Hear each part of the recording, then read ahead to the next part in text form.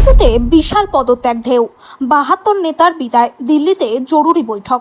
বিজেপির নির্বাচনী প্রক্রিয়ায় তীব্র অসন্তোষ ও বিদ্রোহ দেখা দিয়েছে।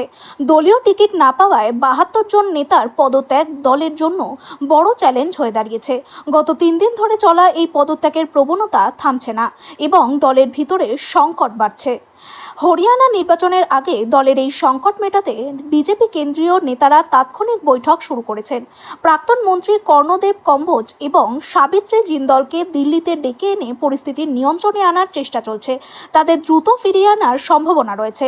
মুখ্যমন্ত্রী নাইয়াব সিং সাইনি জানিয়েছেন, দলের টিকিট পরিবর্তন করা হবে না। কংগ্রেসও সমালোচনা ও বিরোধের মুখোমুখি হয়েছে। কংগ্রেস কর্মীরা দিল্লিতে গিয়ে রাজ্যের দায়িত্বপ্রাপ্ত দীপক বাবারিয়া গাড়ির সামনে বিক্ষোভ দেখাচ্ছেন। এছাড়াও কংগ্রেস নেতা রাজেশ জুন 11 সেপ্টেম্বর পর্যন্ত সিদ্ধান্ত না নেওয়া হলে প্রতিদ্বন্দ্বিতা করার হুমকি দিয়েছেন।